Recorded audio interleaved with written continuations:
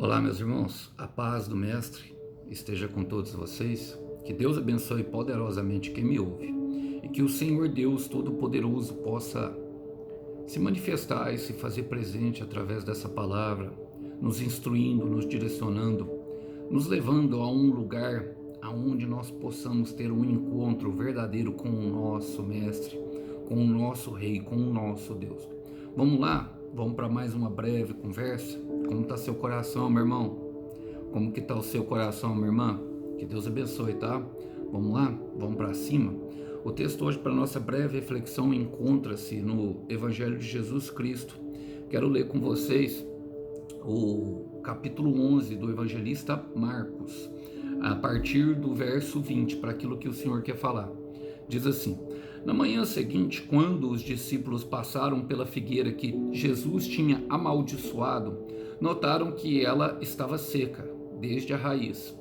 Pedro se lembrou do que Jesus tinha dito à árvore e exclamou: veja, Rabi, a figueira que o Senhor amaldiçoou secou. Então Jesus disse aos discípulos: tenham fé em Deus. Eu lhes digo a verdade, vocês poderão dizer a este monte: e levante-se e atire-se no mar, e isso acontecerá. É preciso, no entanto, crer que acontecerá e não ter nenhuma dúvida em seu coração. Digo-lhes que, se crerem que já receberam qualquer coisa que pedirem em oração, lhes será concedido. Quando estiverem orando e tiverem alguma coisa contra alguém, perdoem-no, para que seu Pai no céu também perdoe os seus pecados. Mas se vocês recusarem a perdoar, seu Pai no céu não perdoará seus pecados. Glória a Deus. Irmãos, é uma mensagem um pouco estranha. Eu ministrei um tempo atrás sobre aqui, um pouco atrás, o Senhor amaldiçoa a figueira. Tem a primeira e a segunda parte. E no meio disso o Senhor purifica o templo, que é justamente quando ele entra com a azorrague, que é um chicote, com as pontas feitas de ossos, e expulsa dali os cambistas, que os três evangelistas que escrevem os evangelhos sinópticos, eles retratam como a purificação do templo, ou seja, como a nossa purificação.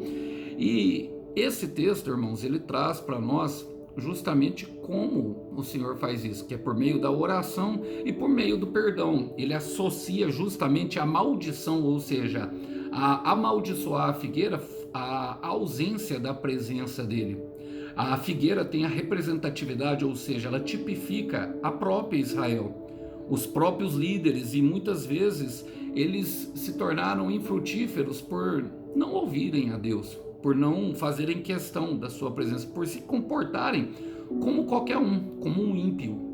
E pensando nisso, eu quero fazer as aplicações pertinentes a esse texto, porque fala de oração, fala de perdão e fala de limpeza do coração. Vamos lá? Diz assim: na manhã seguinte, quando os discípulos passaram pela figueira que Jesus tinha amaldiçoado, notaram que ela estava seca, desde a raiz.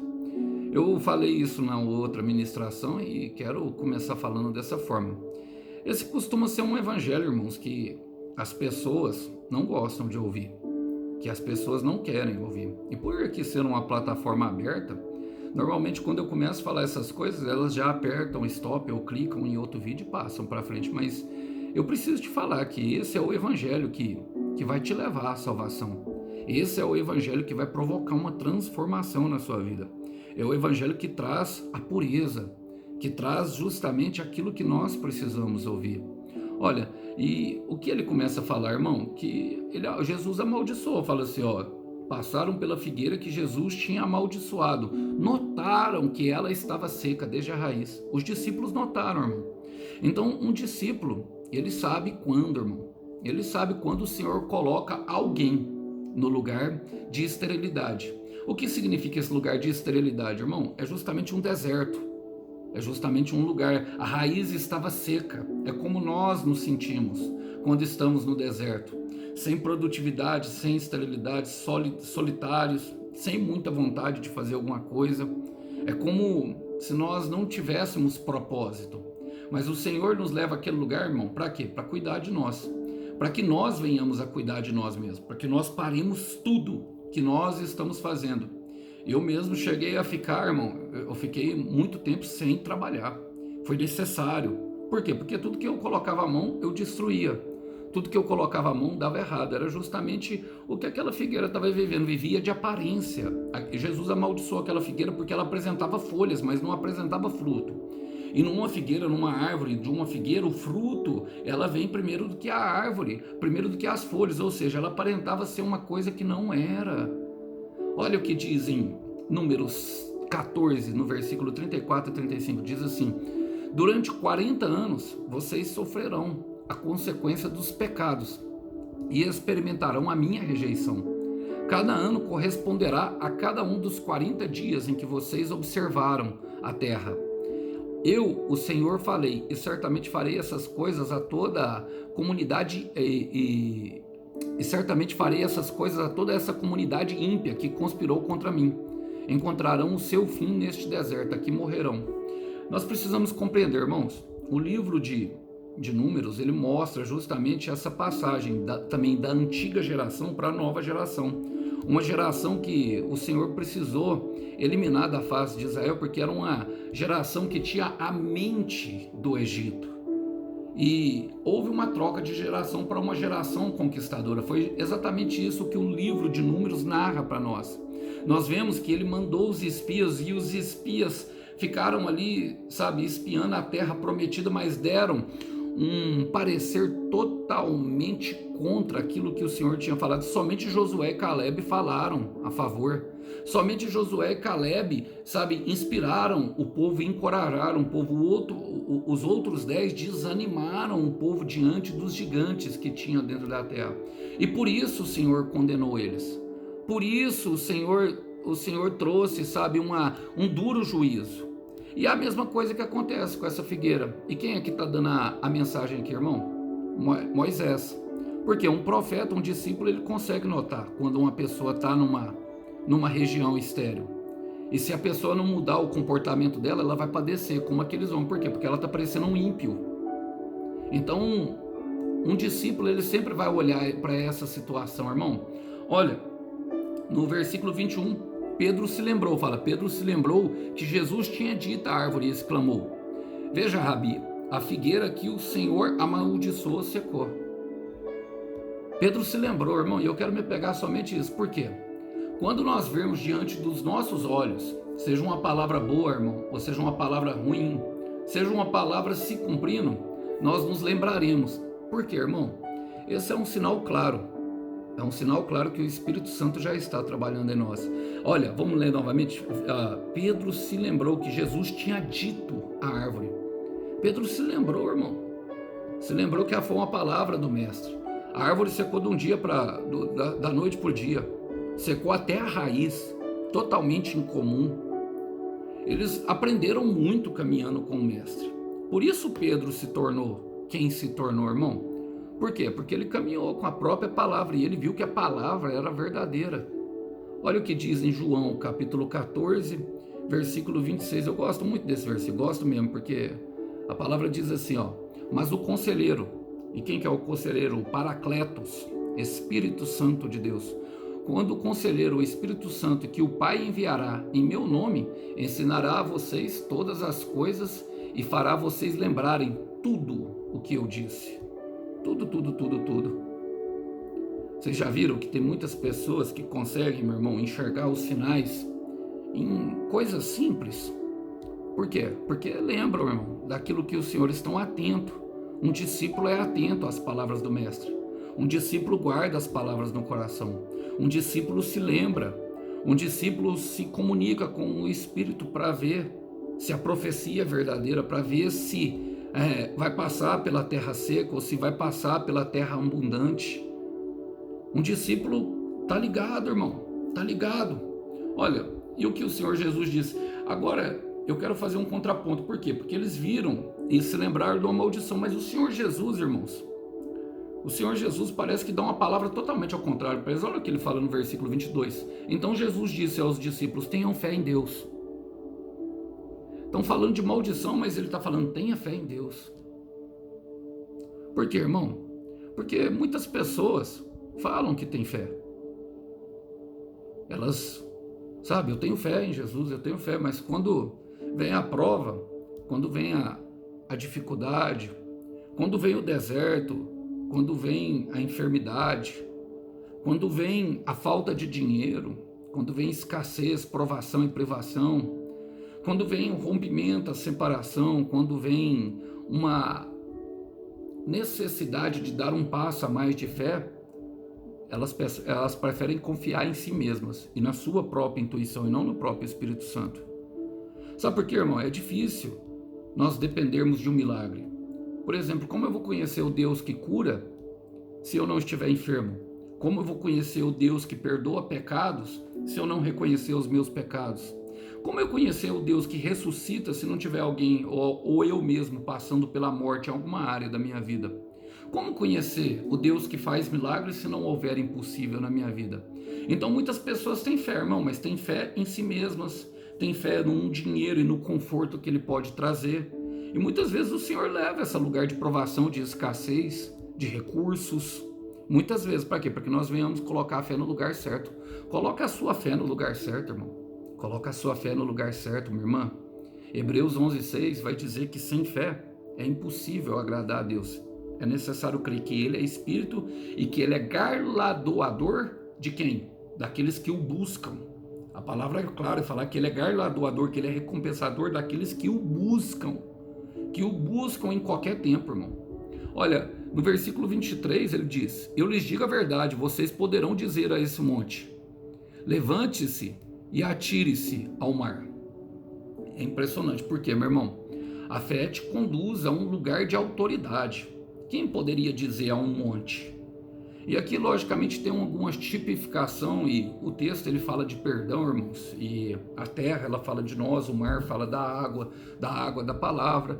Está falando de algo com relação à intercessão, visto que a figueira representava a Israel e a Israel não estava cumprindo o seu papel como uma nação escolhida, como uma nação que levaria a palavra de Deus até mesmo aos gentios, irmãos. Paulo vai falar isso no capítulo 11 inteirinho, dos endurecidos e dos escolhidos.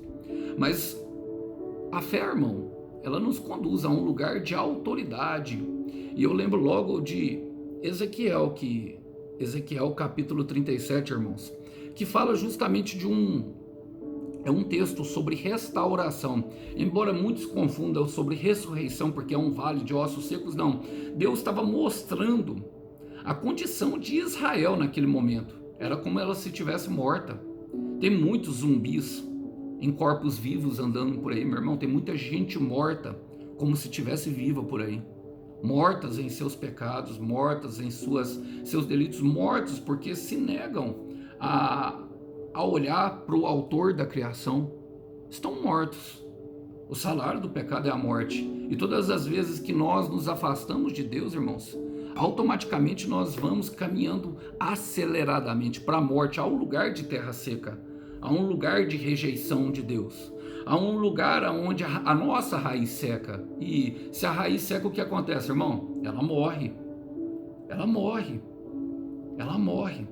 Então a fé nos conduz a um lugar de autoridade. Deus levou justamente Ezequiel, o profeta, para que ele visse, assim como ele levou Pedro. Pedro se lembrou, a mão do Senhor que levou Ezequiel, a palavra fala no versículo 1, a um lugar, a um vale que estava cheio de ossos. Quem em sã consciência andaria num cemitério, irmão?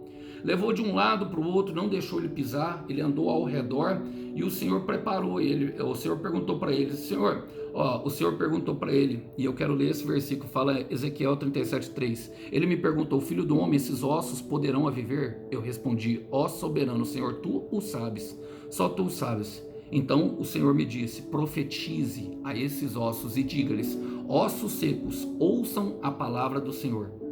E muitas pessoas declaram as profecias, o clamor, meu irmão, como de forma religiosa, como um mantra, em nome, você já viu, sangue de Jesus tem poder hoje, está no nome, meu irmão, até de macumbeiro. Sangue de Jesus tem poder, como se tivesse poder para eles. Não tem poder para eles, irmãos. O sangue de Jesus tem poder para quem crê, para quem tem fé. O sangue de Jesus tem poder, a palavra de Jesus, a palavra de Deus tem poder para quem tem fé. É para quem tem autoridade. Quem tem fé, meu irmão, tem autoridade. Os ossos começam a se levantar, a se ligar um no outro. A árvore se atira, meu irmão, ela sai correndo do mar e se atira ao mar, ao lugar da palavra. Agora, como isso acontece? Ele vai dizer: é preciso, no entanto, crer que acontecerá e não ter nenhuma dúvida no coração. Irmãos, e não ter nenhuma dúvida, não é com relação. As dúvidas nós vamos ter. João Batista passou por um período de dúvida justamente quando estava na prisão. Mandou os discípulos buscarem e perguntarem para Jesus. Está relatado aqui em Marcos, capítulo 6.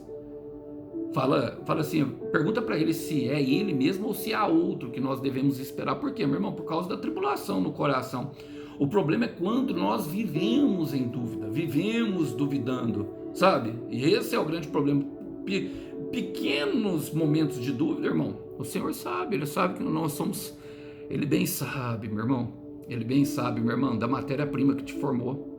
Agora nós devemos tratar a promessa como uma realidade. A promessa para nós é uma realidade, então a postura deve ser como tal. É o que o Senhor está falando, não deve ter nenhuma dúvida no coração. Porque, meu irmão, a dúvida corrói. Olha o que Tiago vai dizer. Eu amo esse texto. Tiago, capítulo 1, versículo 6 e 7 diz assim, ó: peça, porém, com fé. Está falando da sabedoria, mas está falando através da oração. Peça com fé, sem duvidar, pois aquele que duvida é semelhante à onda do mar, levada e agitada pelo vento. Não pense que tal pessoa receberá coisa alguma do Senhor. Não receberá coisa alguma, irmão. Por quê? Porque ora ela crê na palavra, ora ela ouve de uma outra pessoa, sabe, que não tem nada a ver, que nem estava lá quando ouviu, e aí começa a desviar o caminho, começa a crer em outra coisa, sabe, crê em tudo. Você já viu que tem aquele que crê em tudo? Tem pessoas hoje, irmão, que fica procurando as lives de profecia para ouvir aquilo que agrada o coração na internet. Mas a palavra que o Senhor te deu, irmão, aquela que você deve guardar, foi no começo da sua caminhada, minha irmã. É essa que você deve se mover. Algumas profecias serão de direção e serão temporárias, mas há uma palavra que ela permanece no seu coração. Você já viu que você não consegue arrancar? Que o sentimento por aquela promessa vai crescendo cada vez mais? Essa é a palavra. Então a promessa é uma realidade. A postura deve ser como tal, irmão. Recebeu uma promessa de casamento? Minha irmã, você já está casada para Deus. Meu irmão, recebeu uma promessa de casamento? Você já está casado para Deus. Meu irmão, você já recebeu uma promessa que você vai ser empresário? Irmão, você já é empresário para Deus, é mesmo que você esteja contando moeda e não tem emprego nenhum. Minha irmã, recebeu uma promessa de que vai viajar pelo exterior e vai pregar para todo mundo? Minha irmã, Deus já te viu lá, Deus já está no seu futuro. Nerebandarraia. Olha o que a palavra fala, olha o que ele fala. Digo-lhes que se crerem, olha, ele fala, digo-lhes que se crerem que já receberam, qualquer coisa que pedem em oração lhe será concedido. Se crerem que já receberam, irmão, antes de pedir tem que crer que já recebeu. Aleluia. É uma tarefa, né? E como que a gente mostra para ele que creu, irmão? Caminhando em direção à promessa. Por que aqueles homens ficaram na terra da promessa? Porque a mentalidade deles, irmão, era uma mentalidade escrava do Egito. Queria comer cebola, queria voltar a comer os alhos poró lá, queria voltar a viver sob o jugo da escravidão. Então, a gente precisa aprender, irmão, que a oração e a promessa alinhada, ora Maranata, vem Senhor Jesus, a promessa e a oração, elas devem estar alinhadas. É a oração e a promessa alinhada que produz um pedido atendido. Eu quero repetir, a oração com a promessa, ore sobre a promessa. Fala com o Senhor sobre a promessa. Senhor, o Senhor me prometeu, e eu não estou compreendendo o que eu devo fazer agora. Senhor, o Senhor lembra aquele dia que o Senhor me disse? Profeta fulano, vai anotando, meu irmão. Eu tenho anotado as minhas promessas, muitas delas. Por quê? Porque a gente esquece. Essa memória, agora o Senhor não se esquece de nenhuma delas. E dessa forma o que acontece, irmão? Nós produzimos perseverança, e com a perseverança vem algo que eu creio que é muito importante para quem quer viver promessa. O que, Alisson? Permanecer. Olha o que o Senhor Jesus diz em João 15:7. Se vocês permanecerem em mim e as minhas palavras permanecerem em vocês, pedirão o que quiserem e será concedido. Vou repetir, se permanecerem em mim. Quem é Jesus aqui nesse caso? A videira, irmão. Porque essa videira não seca não, essa videira ela é rocha, firme, inabalável. Então, e aí ele dá a condição, as minhas palavras quais, irmão? As promessas, as boas novas, as ordens dele. Por quê? Ele entra em algo totalmente diferente, irmão, que não tem, parece que não tem muito a ver com o assunto, mas que é totalmente pertinente. O quê? O perdão. Ele fala, quando estiverem orando, se tiverem alguma coisa contra alguém, perdoem, para que o seu Pai no céu também perdoe os seus pecados. O que nos faz separação, irmão, de Deus? Vamos ler novamente João 15,7. Se permanecerem em mim, as minhas palavras permanecerão em você, pedirão tudo o que quiserem e será concedido. É os nossos pecados, irmão. Então o que a gente precisa? O que o Jesus está instruindo eles a fazer? Limpar o coração. Limpar o coração primeiro, irmão. Olha, a nação de Israel se tornou arrogante, irmão. Por quê? Porque foi uma nação maltratada. O Senhor conhecia, o Senhor via, no profundo e no íntimo, irmão. E eu creio que eu estou pregando aqui para uma pessoa. Creio que estou pregando aqui para uma pessoa que está passando por um processo em que não consegue abandonar o passado, em que olha para o pecado das pessoas, das outras pessoas e não consegue olhar para o seu próprio, que não fez a limpeza completa. A oração que nós devemos mais fazer no deserto, irmão, é por nós mesmos. É nós que fomos no deserto, não é a outra pessoa. Vocês compreendem isso? É nós que estamos lá. Limpa o coração primeiro. É preciso, perdoar, é preciso arrancar toda a água ruim, má água. É preciso arrancar toda a mágoa, toda a água ruim. Tudo aquilo, jogar aquilo para fora, irmão. Em Tiago 1,21 vai falar, portanto, livrem-se de toda a impureza moral e da maldade que prevalece e aceitem humildemente a palavra implantada em vocês, a qual é poderosa para salvá-la. Eu tenho que lembrar, irmãos, que aqueles que não perdoam, o Senhor Jesus dá a parábola lá em Mateus capítulo 18 sobre os verdugos da alma. Pessoas que passam, os carrascos, que atormentam a pessoa dia e noite, irmão. Pessoas que não conseguem perdoar, não conseguem limpar o coração. Olha, o autor de Hebreus, do capítulo 12, do versículo 12 ao 15, ele dá uma mensagem poderosa sobre isso. Pessoas que guardam amargura e se privam da graça de Deus, irmão.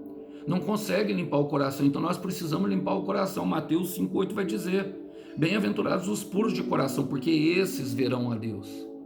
E essa é uma situação bem simples, irmãos. Por quê? Olha, a palavra diz aqui, ele fala, mas se vocês se recusarem a perdoar, seu Pai no céu não perdoará os seus pecados. Então nós temos que tomar cuidado para não terminar igual a figueirinha, seca até a raiz. Seca até a raiz, irmãos. Eu creio, meu irmão, minha irmã, que essa palavra ela vem justamente para despertar o nosso coração aquilo que realmente importa, aquilo que realmente vale a pena. Você quer que a promessa se cumpra, meu irmão? Seja tu uma bênção. Seja tu uma bênção muito grande. Sabe, um irmão chegou para mim esse dia e falou, Alisson, eu quero casar para ser feliz. Eu falei assim, não, então o casamento que você vai ter não é cristão, não. Aí ele falou, como não? Jesus não quer que eu case? Eu falo, não, irmão, a Bíblia, as Escrituras apontam que nós casamos para fazer o outro feliz. Paulo vai dizer isso lá em 1 Coríntios 7, pode olhar lá para você. O corpo da mulher é do homem, o corpo do homem é da mulher. É sempre para servir, o casamento é um serviço na Bíblia. Então, a gente precisa limpar o nosso coração primeiro, irmão, das coisas desse mundo, de toda a impureza, de tudo, para servir naquilo que o Senhor chamou, para depois prosseguir para a palavra. Agora tem muita pessoa que está batendo aí em algo, irmão, que não vai vingar, sabe? Fica orando pelo outro. E por você, meu irmão, quanto você orou hoje? Quero te perguntar. Quantos pecados você confessou aí? Quantos pedidos de perdão? Quantas pessoas você liberou perdão, minha irmã? Precisa liberar perdão. Salmo 78, versículo 40 diz, quantas vezes mostraram-se rebelde contra ele no deserto e o entristeceram na terra solitária.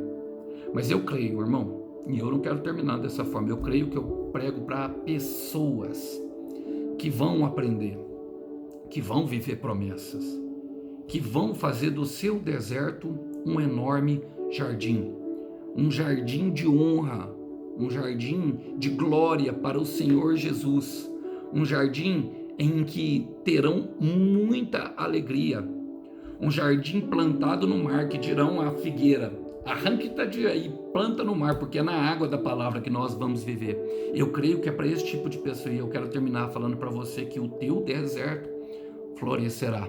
Quero ler com vocês Isaías capítulo 41, versículo 18, que diz: abrirei rios nas colinas estéreis e fontes nos vales, transformarei o deserto num lago e o chão ressequido em mananciais. Porei no deserto o cedro, a acácia, a murta e a oliveira. Colocarei junto no ermo o cipestre, o abeto e o pinheiro, para que o povo veja e saiba, que todos vejam e saibam que a mão do Senhor fez isso, que o Santo de Israel o criou. Exponham a sua causa, diz o Senhor, apresentem as suas provas, diz o Rei de Jacó. Fiquem à vontade, irmão. Deus está ali esperando para ter um encontro com você nesse deserto. Que Deus abençoe os irmãos, que os irmãos possam ficar com essa breve palavra. A paz. Tchau, tchau.